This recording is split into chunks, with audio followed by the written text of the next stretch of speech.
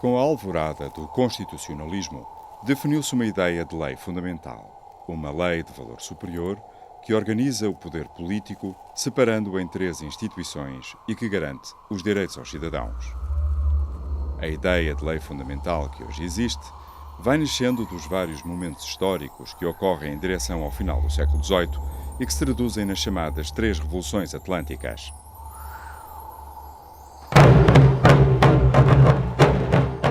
Em 1688, a Revolução Inglesa, apesar da Guerra Civil, é mais um processo evolutivo que vai limitando o poder do monarca e faz crescer o poder do Parlamento.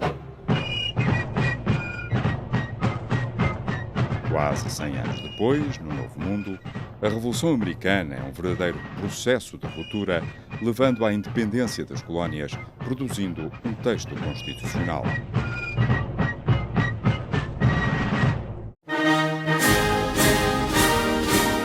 Finalmente, a Revolução Francesa, a última e a mais marcante e talvez até a mais radical das três revoluções atlânticas, que quebra por completo com o absolutismo, criando a separação de poderes e a defesa dos direitos dos cidadãos. Em Portugal, a Revolução Francesa não passa despercebida entre as elites.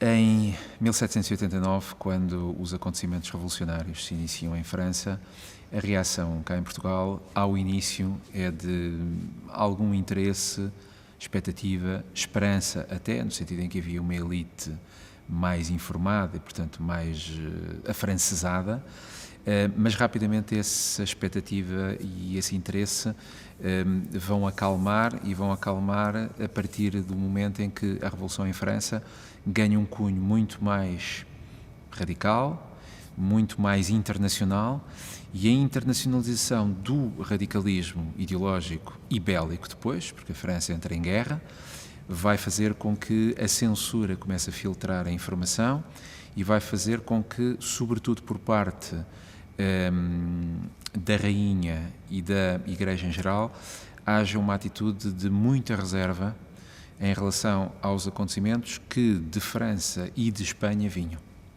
Fortemente controlada pela censura, que não deixa publicar notícias sobre o crescente radicalismo em França, a imprensa portuguesa limita-se a divulgar outros assuntos, como as experiências científicas levadas a cabo em Paris, enquanto alguma imprensa estrangeira que vai chegando a Portugal dá conta de uma realidade bem diferente e francamente dramática para os monarcas franceses, com a Assembleia Nacional a retirar-lhes todos os poderes e funções. É sabido que a rainha, e isso é um dado histórico, parece interessante, enlouqueceu, ou pelo menos um dos ingredientes que a levou a um estado de loucura política e social nestes anos, é precisamente o medo que lhe pudesse acontecer alguma coisa, como irá acontecer aos reis em França. A radicalização da Revolução Francesa ficou conhecida como o período do terror. Durante esse ano, foram guilhotinados milhares de franceses. O aparelho, aparentemente já em uso durante a Idade Média, foi tornado mais eficaz pelo médico Joseph Ignace Guillotin, preocupado com o sofrimento causado àqueles que agonizavam depois do corte do seu pescoço no cumprimento da pena de morte.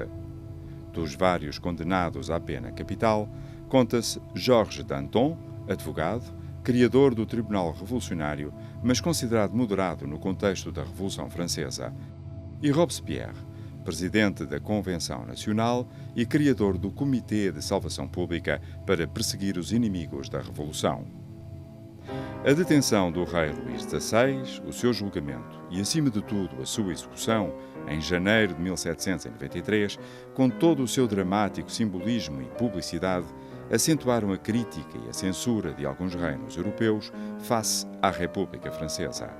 O regicídio assumiu um significado de grande alcance, uma vez que já não se tratava somente de limitar o poder real, o que ficara consagrado na Constituição Francesa de 1791, nem sequer de abolir o regime, como sucedera por decreto, mas de eliminar fisicamente a monarquia com um ato que não deixou de comover e indignar a realeza europeia.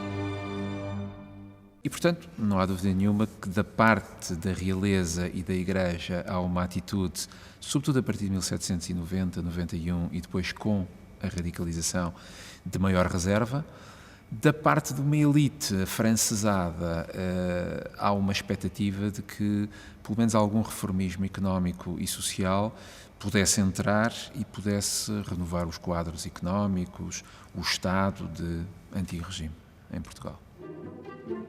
A vocação ultramarina portuguesa levou a que a sua economia se baseasse desde o século XV na atividade mercantil da riqueza das colónias, complementada pelas atividades metropolitanas agrícolas da produção do azeite, cortiça, lã, sal ou vinho e de alguma manufatura industrial, ao contrário do que se passava em Inglaterra, na França ou mesmo na Holanda, que consolidavam o desenvolvimento da indústria manufaturada.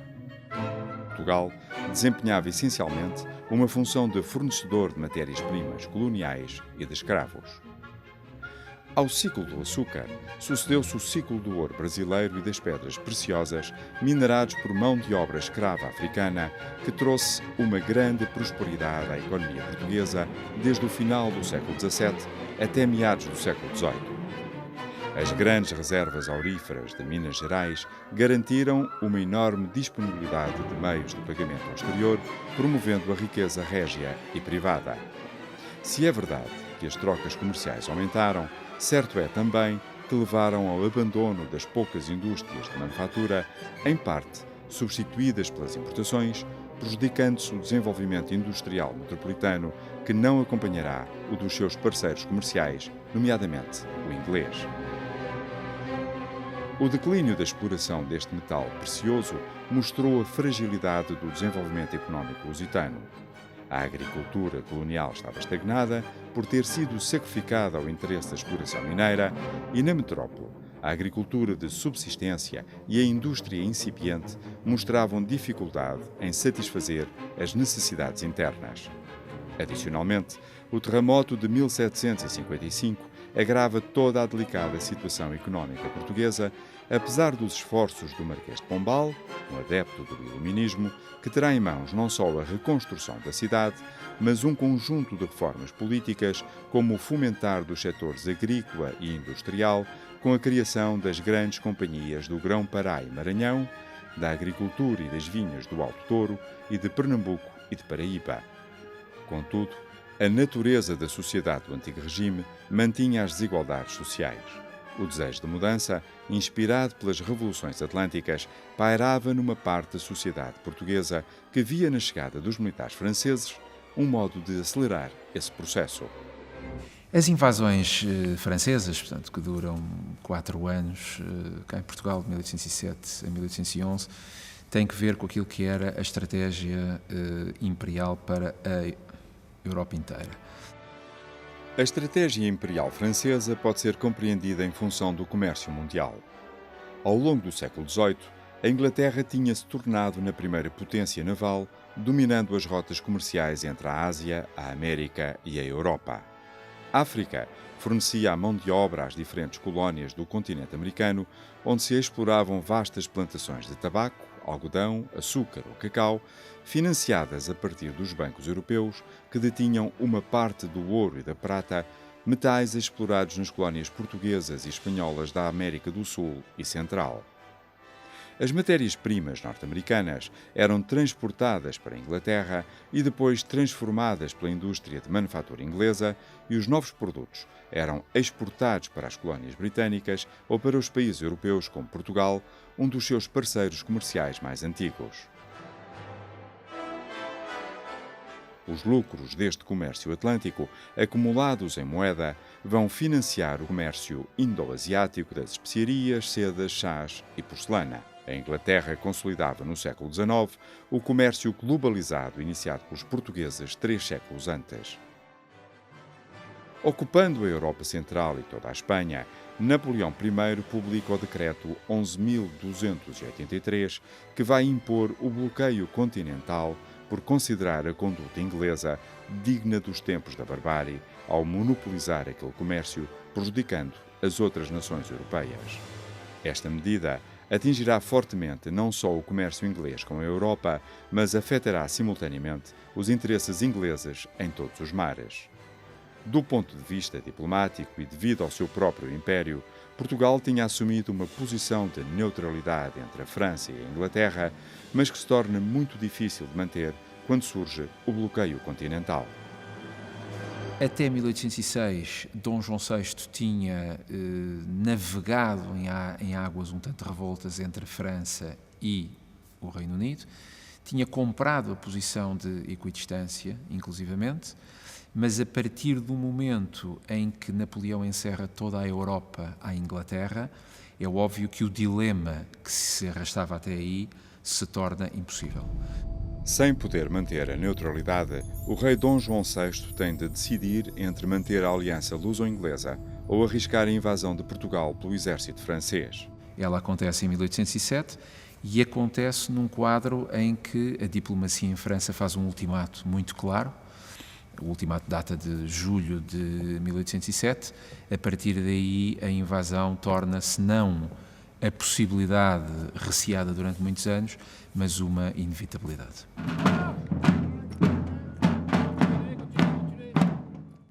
Napoleão ordena a invasão de Portugal perante a recusa da coroa portuguesa em declarar guerra à Inglaterra, o que acontece em meados de novembro. Dom João VI parte com a corte para o Brasil, evitando ficar refém dos franceses, mantendo a independência nacional. Entretanto, a velha aliança anglo-lusa vai permitir a reorganização do exército português e lançar o contra-ataque ao invasor gaulês. Contudo, no seio da elite portuguesa, nem todos estavam contra os ideais da Revolução Francesa. Bom, desde finais do século XVIII que há em Portugal, ou se pode falar em Portugal, na existência de uma facção afrancesada e de uma facção inglesa. A facção inglesa é um pouco abusivamente identificada com quem defendia o antigo regime e abusivamente porque a solidariedade inglesa, monarquia já liberal e constitucional na altura, em relação a um Estado de antigo regime, era relativa. Os afrancesados eram frequentemente perseguidos pelas autoridades do regime absolutista. Pertenciam a uma elite burguesa, ilustrada, citadina, que se deixou entusiasmar pelos ideais reformistas que chegavam de França. Eram adeptos da mudança do regime português, que apresentava uma economia frágil, muito dependente do ouro que chegava do Brasil e que servia para pagar os luxuosos caprichos reais, fossem eles artigos pessoais ou novas igrejas ou conventos, e menos para desenvolver as necessidades de um povo que se mantinha, em larga maioria, analfabeto. A Casa Real da Censura proíbe os livros dos filósofos franceses como Voltaire ou Rousseau, de modo a impedir a divulgação das ideias iluministas. Na Biblioteca Nacional encontramos hoje alguns exemplares que sobreviveram à fogueira da censura.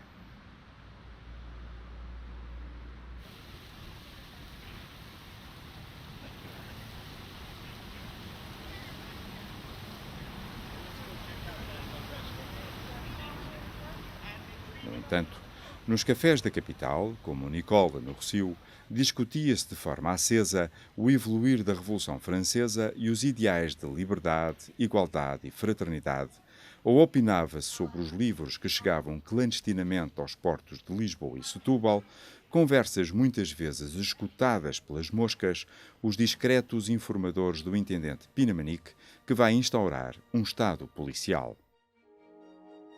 Quando, em 1790, regressa a Portugal, Manuel Maria Barbosa de Bocage frequenta os cafés da cidade e partilha a sua simpatia pela Revolução Francesa, expressando o despeito pela realidade nacional. O contacto com a sociedade portuguesa leva-o a escrever os poemas satíricos cujos alvos eram as pessoas do regime, os tipos sociais e o clero.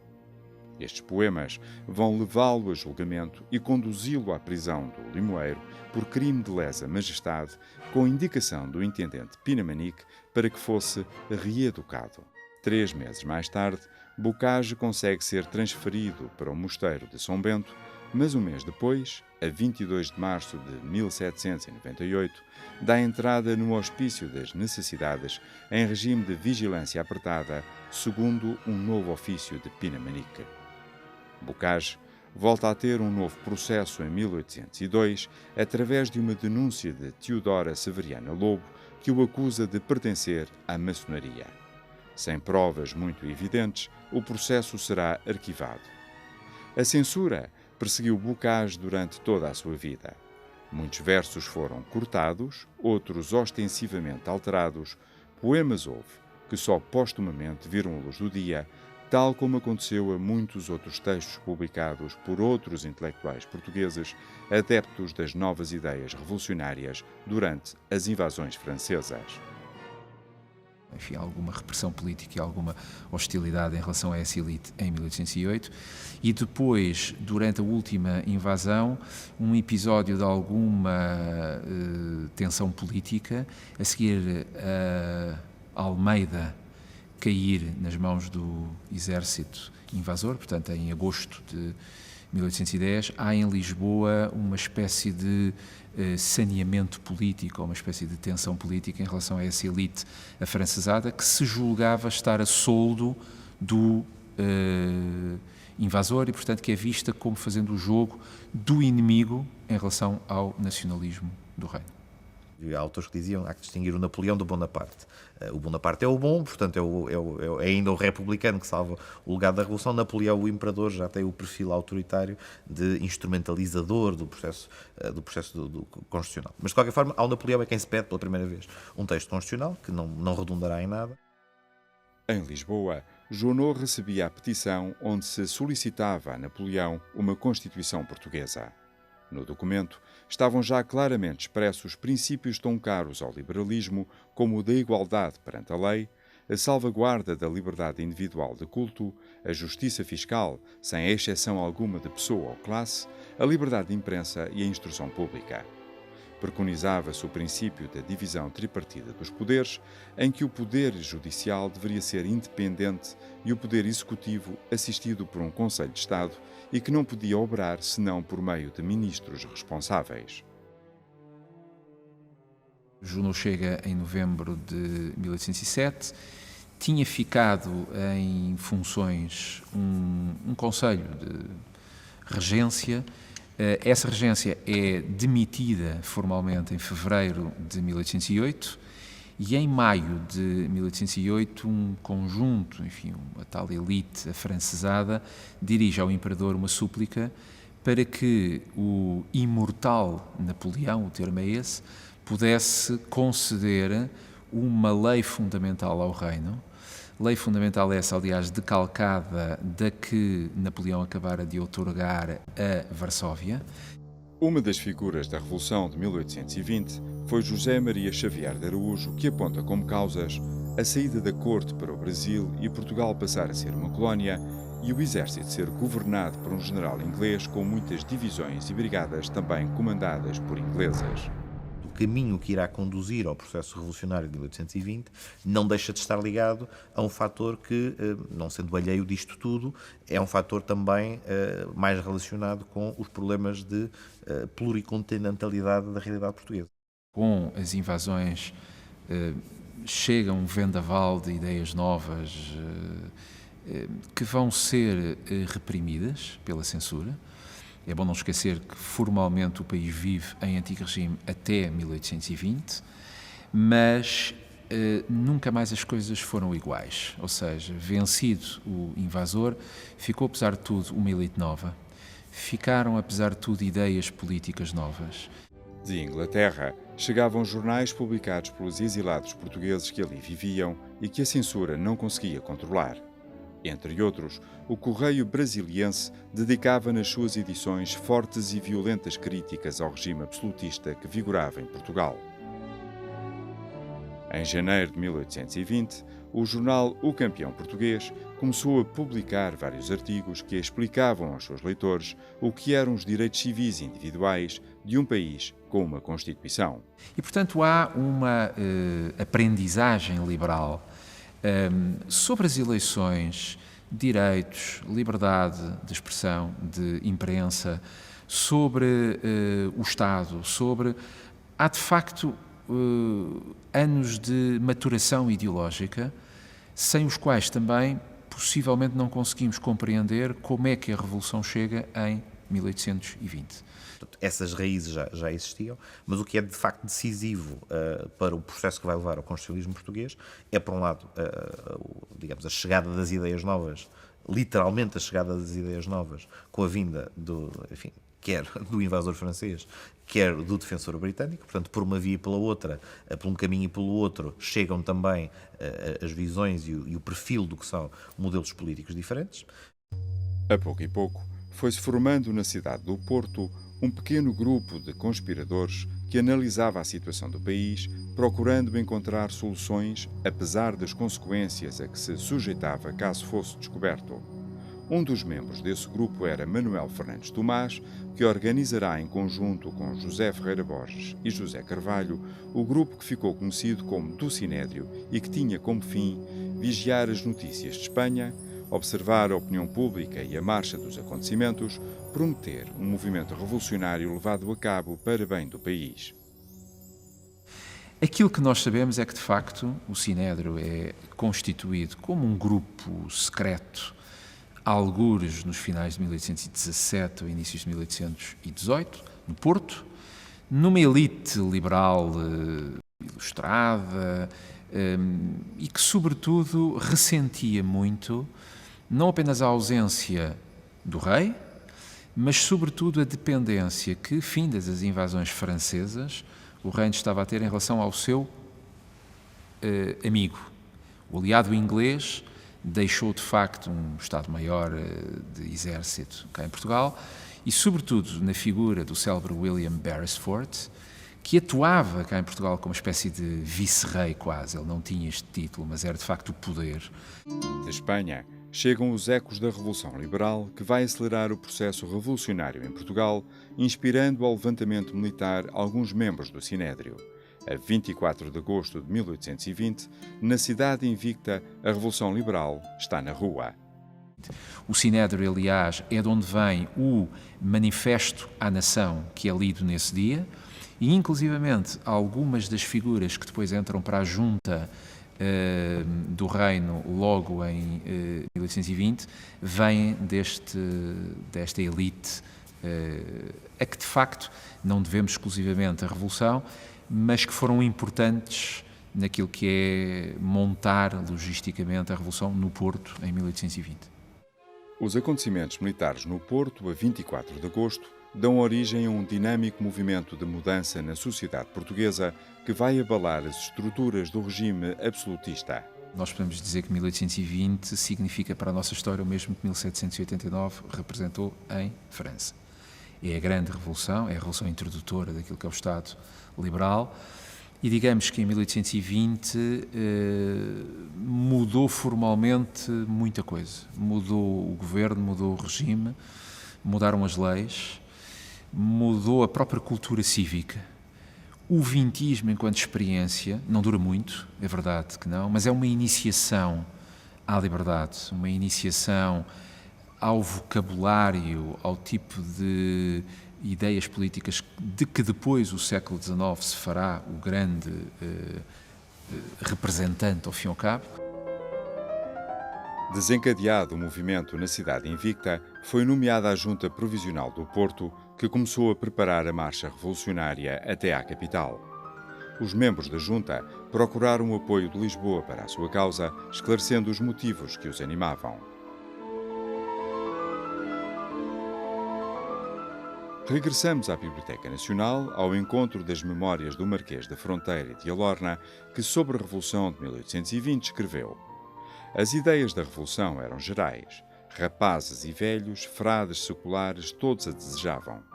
Uns, que conheciam a vantagem do governo representativo, queriam este governo e todos queriam a corte em Lisboa porque odiavam a ideia de serem uma colónia de uma colónia. Entretanto, a regência governativa de Lisboa proclamava que os acontecimentos no Porto eram fruto de um grupo de indivíduos mal intencionados que tinha quebrado o julgamento de fidelidade ao rei e começou a organizar o corpo militar para combater os revolucionários, tentando por todos os meios impedir que a revolução chegasse a Lisboa no dia 15 de setembro. No Brasil, Dom João VI será informado dos acontecimentos que alteram o exercício do seu poder régio. Bom, a corte, como é sabido, estava ausente no Rio de Janeiro desde 1807, 1808. Quando a Revolução Liberal Vintista ocorre em 1820, é convidado o rei, Dom João VI, a retornar ao reino, a ingressar naquela ordem liberal nova, e o principal sinal de que ele iria ingressar nessa ordem liberal nova era aceitar que as cortes que estavam reunidas fizessem um texto constitucional de base que passaria a ser a lei fundamental. Neste período, Porto e Lisboa conhecem um notável aumento de publicações que seguem e ajudam na propaganda do liberalismo, contribuindo para o fortalecimento da opinião pública. Na capital, surgem o Português Constitucional, o Patriota, o Astro da Lusitânia e a Gazeta de Lisboa. E o vocabulário muda. Existem estudos, já com alguns anos, que indicam que as palavras mais utilizadas, a lei, os direitos, as garantias, são palavras novas, são ideias novas. Há, de facto, uma animação do espaço público enorme. Essa animação também passava pela criação de anedotas tão ao gosto português. Na edição do Mnemosine Constitucional de 31 de outubro de 1820, uma delas referia à moderníssima palavra Constituição e como ela era sentida pelos seus detratores que não se coibiam de retratar o povo como ignorante, aos quais os apoiantes do liberalismo retorquiam com ironia e de forma muito pedagógica sobre os diversos significados que a palavra Constituição poderia ter no entendimento popular. Deixe-me dar-lhe um dado muito simples, quer dizer, calcula-se que surgiram nessa altura, só entre 1820 e 22, surgiram qualquer coisa como 120 a 150 jornais novos. Muitos deles duram um mês ou dois. Contudo, apesar do desenvolvimento da imprensa, o século das luzes não conseguiu fazer cair a elevadíssima taxa de analfabetismo na Península Ibérica, a qual se afastava do desenvolvimento humano encetado no mesmo período por países como a França ou a Inglaterra. No caso português, existiam algumas regiões onde o analfabetismo rondava os quase 100% da população. Havia um debate entre todos aqueles que podiam ler e liam e participavam nos debates, mas também, mais uma vez, se por um lado não queria ser pessimista há pouco, também não há que ser excessivamente otimista, essencialmente nos meios urbanos, essencialmente em Lisboa, no Porto e depois eventualmente nas capitais de distrito ou em algumas capitais de distrito. Portanto, estamos a falar de uma fatia muito limitada da população e, portanto, não diria que o processo revolucionário ou a constitucionalização terá passado inteiramente ao lado da população, mas efetivamente não se trata de um movimento de massas ou sequer de um movimento que seja absorvido e apreendido pela generalidade dos agora cidadãos portugueses. Inspirado no modelo eleitoral da Constituição Espanhola, é feito o escrutínio dos deputados à primeira Corte Constituinte Portuguesa. Será na antiga livraria do Convento das Necessidades, em Lisboa, que a 26 de janeiro de 1821 se instalam as Cortes Gerais Extraordinárias e Constituintes da nação portuguesa. Estava alcançado o primeiro objetivo do movimento revolucionário de 1820. 5 dias depois, Fernandes Tomás apresenta um relatório do Estado Público de Portugal que marcará o início dos trabalhos parlamentares observados das galerias exclusivamente por homens. Contudo, alguns deputados, como Domingos Borges de Barros, eleito deputado pela Bahia, no Brasil, expressavam o seu apoio ao voto feminino, considerando até que este deveria ser atribuído às mulheres mães de 6 filhos legítimos, proposta rejeitada pelo deputado Manuel Borges Carneiro, por entender que as mulheres eram incapazes de exercer esse direito político. O papel das mulheres entre nós e mesmo a teorização sobre quais são os direitos das mulheres é matéria que, em relação à realidade portuguesa, estava relativamente ausente dos escritos e do pensamento. Não era necessariamente assim em sistemas que já tinham feito o seu percurso e que já começavam a ter a primeira vaga de feministas. Ou até autores, o John Stuart Mill, por exemplo, que escreve sobre a matéria, já antecipa uma primeira mudança de pensamento quanto a que deve ser o papel das mulheres. A Mary Wollstonecraft já tinha escrito sobre estas matérias. Portanto, havia noutros locais, nomeadamente no Reino Unido, já uma colocação na agenda, se quisermos, ainda muito longe de se alcançar qualquer resultado prático, quer ao nível do sufrágio, quer ao nível da participação, mas ainda assim havia um embrião do que viria a ser depois a reivindicação dos direitos das mulheres e da sua participação política. Entre nós, nem tanto. E até diria que todos os intervenientes, todos os agentes deste período vão ser homens. A análise do século XIX português é eminentemente uma análise de atores políticos masculinos, com exceção da rainha, evidentemente, que depois também um dos elementos que depois torna tudo contraditório é precisamente, de facto, o caráter hereditário das monarquias que, perante a recusa da aceitação da mulher como agente político, depois coloca na chefia do Estado precisamente uma mulher por fortuita graça da genealogia e da hereditariedade. Os periódicos acompanham o debate parlamentar e alguns tomam partido na discussão. O Astro Lusitano publica um artigo onde se criticam os hábitos femininos. A publicação Menomazine Constitucional agradece às mulheres a defesa dos valores constitucionais. Apesar destes diferentes pontos de vista e da sua discussão, o reconhecimento dos direitos políticos às mulheres só surgirá no século XX. Entretanto, os trabalhos parlamentares prosseguem enquanto, no Brasil, Dom João VI deixa para trás o seu filho Pedro e embarca rumo a Lisboa, onde chega a 4 de julho. Cumpria-se assim o segundo objetivo da Revolução de 24 de agosto de 1820. Reposta a ordem e a soberania, estava instituído o primeiro sistema de governo parlamentar, controlado por uma Assembleia que vai aprovar a Constituição a 23 de setembro de 1822. Ora, a Constituição de 22 enfim, de todas as Constituições do século XIX é a mais avançada, se quisermos, é aquela que quebra mais evidentemente com o modelo absolutista e que retira mais poder ao rei numa primeira fase e, portanto, desde logo a questão da organização do poder político é central e, sendo central, vai se inspirar nos modelos, quer o da Constituição de Cádiz, quer o da primeira Constituição francesa, ainda a Constituição monárquica, de 1791. A nação portuguesa passa a ser representada pelas Cortes de acordo com o primeiro artigo do título 3. A soberania reside essencialmente em a nação, não pode, porém, ser exercida senão pelos representantes legalmente eleitos, ou seja, pelos deputados das Cortes, escolhidos para um mandato de 2 anos, através de sufrágio direto, mas não universal, uma vez que não podiam votar os menores de 25 anos, as mulheres, os criados de servir e os vadios.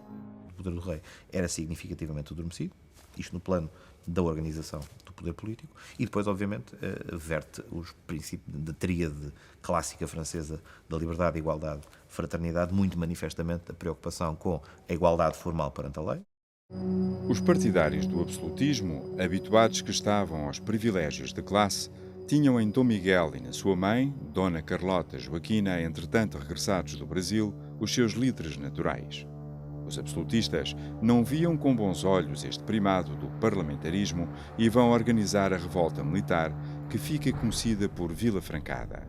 Em maio de 1823, 8 meses após a sua instituição, começa a derrocada da primeira experiência liberal em Portugal. A reação absolutista, no fundo, era a reação de quem via o mundo inverter-se por completo. Ou seja, por um lado, a concentração de poder em torno do rei e no fundo, digamos, do aparelho administrativo que o rodeava, deixava de ter as características anteriores, portanto, a concentração de poderes desaparecia, portanto, havia uma partilha necessária de poder com outros cidadãos, também conceito novo, que não encaixava nos quadros mentais do absolutismo. Portanto, desde logo, a organização do poder político e esta liberalização do acesso ao poder era um fator relevantíssimo.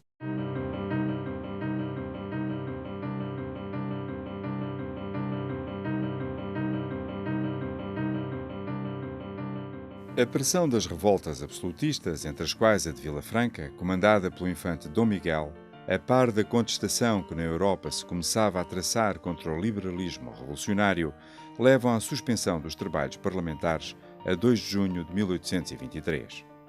Os deputados aprovam nesse dia uma declaração em protesto contra qualquer alteração ou modificação que se faça na Constituição do ano de 1822. A 4 de junho, é assinada pelo rei a Carta de Lei defendendo a necessidade de reforma da Constituição.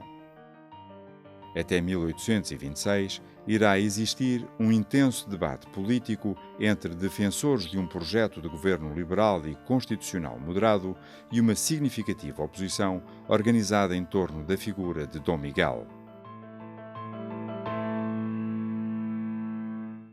Apesar de, curiosamente, muita da propaganda e muita da narrativa que é apresentada, em particular a partir do momento em que há um líder do Partido Absolutista, seja no período logo ainda durante o reinado de Dom João VI, seja posteriormente, a partir do momento em que ele se corporiza em alguém, sempre houve uma tentação, ou mais do que uma tentação, sempre houve uma vontade de apresentar o partido absolutista, ou de apresentar o Partido Conservador, a reação, como o verdadeiro intérprete das liberdades reais e das tradições reais dos portugueses. Depois do golpe da Abrilhada, a 30 de abril de 1824, tendo como comandante operacional o infante Dom Miguel, Dom João VI chega a convocar os 3 Estados do Reino para se reunirem em cortes nos moldes do antigo regime, ao mesmo tempo que dissolve a junta nomeada para rever o texto constitucional de 1822. Contudo, esta Assembleia nunca chegará a acontecer até à data da sua morte, a 10 de março de 1826. No mês seguinte, Dom Pedro IV, ainda no Rio de Janeiro, outorga a Carta Constitucional, onde ficam instituídas as Cortes Gerais.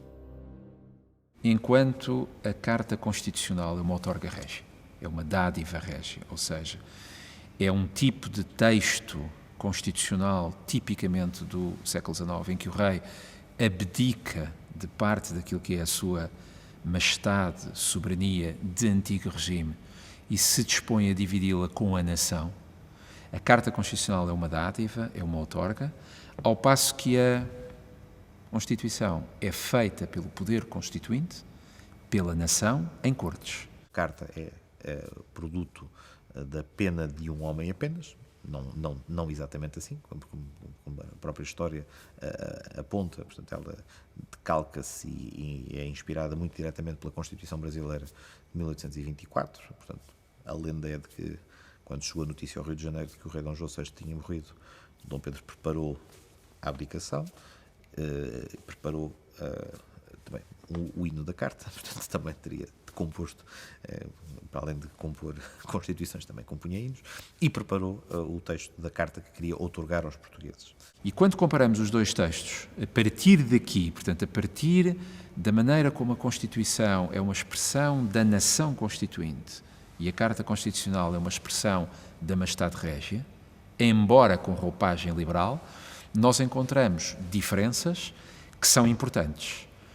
A Constituição, por exemplo, gera um sistema político em que a Câmara é só uma, ao passo que a Carta Constitucional vai ter duas, a Câmara dos Deputados e a Câmara Alta, os pares, que era uma Câmara de nomeação régia, de membros em número ilimitado, hereditário, vitalício, portanto é uma Câmara do Rei. No seu conteúdo, efetivamente, a Carta reproclama e assume novamente também a importância dos direitos fundamentais e eles fazem parte desta Carta Constitucional, apesar de sistematicamente estarem colocados no fim do texto constitucional e não no início. Portanto, é o último artigo da Carta, é o que assegura o catálogo dos direitos fundamentais, enquanto que na Constituição de 22 o percurso era o inverso, mas não deixa de ter, enfim, um grau de garantias dos direitos fundamentais, em tudo equivalente, com algumas nuances, mas em tudo equivalente ao da Constituição de 22. A grande diferença de fundo, efetivamente, é ao nível da organização do poder. Eu reservaria para o último. Aquela que é a diferença fundamental é que, enquanto o texto constitucional vintista consagra poder legislativo, executivo e judicial, a Carta soma a estes, que são os poderes normais de um Estado liberal, soma o chamado poder moderador régio, que era um poder acima dos outros e que era o poder que, ao fim e ao cabo, assegurava aquilo que autores norte-americanos e ingleses chamavam o System of Checks and Balances, ou seja, compete ao rei, como uma espécie de árbitro de cúpula, arbitrar, equilibrar, moderar os poderes do Estado, como digo, legislativo, executivo e judicial, e o rei tem um poder de intervenção sobre todos os outros que garante ao rei que ele de facto é o centro daquele Estado liberal que a Carta vem estabelecer e vem, portanto, moderar aquilo que era algum radicalismo vintista. A Carta Constitucional deixou de vigorar em maio de 1828, data em que Dom Miguel convocou os 13 Estados do Reino que o aclamaram rei absoluto. No entanto, vai conhecer mais 2 períodos de validade. De agosto de 1834 até à Revolução de Setembro de 1836 e de janeiro de 1842 até outubro de 1910. Neste último período, conheceu 4 atos adicionais, os quais implicaram mudanças importantes. A Carta Constitucional, efetivamente, é revista durante o século XIX nos chamados atos adicionais à Carta, em 1852, em 1885, em 1896 e em 1907. São 4 atos. Os mais importantes são os de 1852 e o de 1885 é também simbólico. Apesar de uma vigência acidentada, a Carta Constitucional, seguindo os passos da Constituição de 1822, vai no sentido da humanização das penas, proibindo as torturas e os castigos degradantes, melhorando as condições de vida nas prisões. Mas vai ser sob a sua vigência que efetivamente vão ser dados passos relevantes ao longo, particularmente da segunda metade do século XIX, e que colocarão até Portugal na linha da frente de muitas das mudanças, seja ao nível do sistema de penas propriamente dito, mas em particular a pena de morte, enfim, os vários momentos em que ela vai desaparecendo, em primeiro lugar para os crimes políticos e depois, efetivamente, de forma definitiva, já na década de 60. E, portanto, será sob a égide da Carta que se construirá esta alteração, logo que o sistema estabilizou e que foi possível, efetivamente, empreender grande parte das reformas neste setor. A primeira vigência da Carta é marcada pela instabilidade governativa e pelos confrontos entre o poder executivo e legislativo. Raramente um projeto aprovado na Câmara dos Deputados passava sem alterações profundas na Câmara dos Pares, o que obrigava à constituição de uma comissão mista para resolver o diferendo. Este ambiente institucional tinha como pano de fundo uma crise social e económica que vai levar à Revolução de Setembro de 1836. O setembrismo é um episódio que em Portugal tem que ser interpretado no contexto em que ocorre.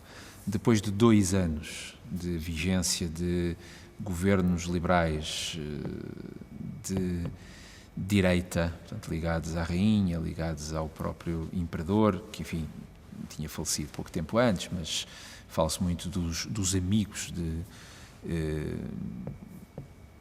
Dom Pedro. A Revolução de Setembro vai significar, sobretudo, o quê? Vai significar a expressão de uma oposição constitucional aos governos de Dom Pedro, aos governos da rainha, e a irrupção de uma esquerda constitucional. E o debate que decorrerá ao longo dos anos, daqueles, enfim, quase 30 anos do nascimento do liberalismo em Portugal, logo que derrotada a ameaça absolutista, o debate e o conflito começa entre os vários partidos liberais, vai ser efetivamente na definição de qual o modelo constitucional a adotar, portanto, qual o sistema de governo, onde é que se vão fazer estes equilíbrios entre, por um lado, o poder do rei e, por outro lado, o poder das cortes. E as várias tentativas de consenso que se vão construindo, umas passarão por um texto constitucional novo, com a Constituição de 38, que tenta fazer esse equilíbrio, esse novo equilíbrio, se calhar mais próximo da Constituição de 22, portanto, puxando mais pela componente democrática. A Constituição de 1838 vai ser o terceiro texto a vigorar em Portugal. É uma Constituição de consensos entre as teses liberais da Constituição de 1822 e as teses conservadoras da Carta Constitucional. Elaborada e decretada pela Assembleia Constituinte, eleita na sequência da Revolta Setembrista, este texto volta a consagrar o princípio democrático segundo o qual a soberania reside essencialmente em a nação, da qual emanam todos os poderes políticos. Eu, como digo, refiro e destaco a experiência da Constituição de 38, ou melhor dito, do movimento que lhe deu origem e digamos, do setembrismo e do que lhe vem associado, porque aí houve efetivamente uma preocupação muito intensa com a educação, com a cultura. É neste período que temos a criação dos liceus nacionais, é neste período que temos também a dinamização de ensino superior ou de, enfim, proto-ensino superior noutros pontos do país para além de Coimbra, portanto é que se começa a quebrar também um monopólio que existia de certa maneira até essa fase, em que há um investimento significativo na valorização do património e da cultura, e há ali um momento efetivamente de viragem ou de mudança de percepção. A primeira fase do constitucionalismo monárquico é dominada pela instabilidade político-social que resulta da proclamação da independência do Brasil por Dom Pedro e das lutas que se seguiram entre liberais e absolutistas. A divergência entre estes é responsável pelos frequentes conflitos armados e pela apresentação de modelos constitucionais diferentes, ora de liberalismo democrático, defensor do alargamento do direito de sufrágio e do parlamentarismo puro com uma Câmara apenas, ora do liberalismo conservador, que defendia uma maior intervenção do rei e a existência de duas câmaras de representantes. É também neste período que surgem várias famílias políticas que darão origem a dois partidos monárquicos, o Progressista Histórico e o Partido Regenerador, que se vão alternar no governo a partir de meados do século XIX, surgindo no seu final o Partido Republicano. Durante este período constitucional monárquico, os portugueses tornam-se cidadãos e passam a ver defendidos os seus direitos civis individuais. A extinção do Tribunal da Santa Inquisição, que vigorava desde 1536 e foi responsável por milhares de torturas e autos de fé. A liberdade que consiste em não ser obrigado a fazer o que a lei não manda, nem deixar de fazer o que ela não proíbe. A igualdade perante a lei, uma vez que a lei é igual para todos, não se devendo tolerar privilégios de foro nas causas cíveis ou crimes. A salvaguarda da privação da liberdade sem culpa formada, a inviolabilidade do domicílio onde todo o cidadão tem em sua casa um asilo inviolável no qual de noite não se poderá entrar nela senão por seu consentimento, a liberdade de expressão que garante a todos os cidadãos a possibilidade de comunicar os seus pensamentos pela imprensa ou por qualquer outro modo sem dependência de censura prévia, o direito à propriedade, que se submete ao bem comum, garantindo-se a indemnização ao proprietário em caso de expropriação ou dano, a liberdade religiosa, na qual ninguém pode ser perseguido por motivos de religião, desde que respeite a do Estado e não ofenda a moral pública, a criação de um sistema educativo que garanta a instrução primária e gratuita e a criação de estabelecimentos de ensino das ciências, letras e artes, a proporcionalidade das penas, restringindo-se a aplicação apenas ao delinquente e a abolição da tortura, e a abolição da pena de morte, pretendendo-se assim regenerar e recuperar o criminoso, colocando Portugal na linha da frente em matéria da humanização das penas a nível mundial.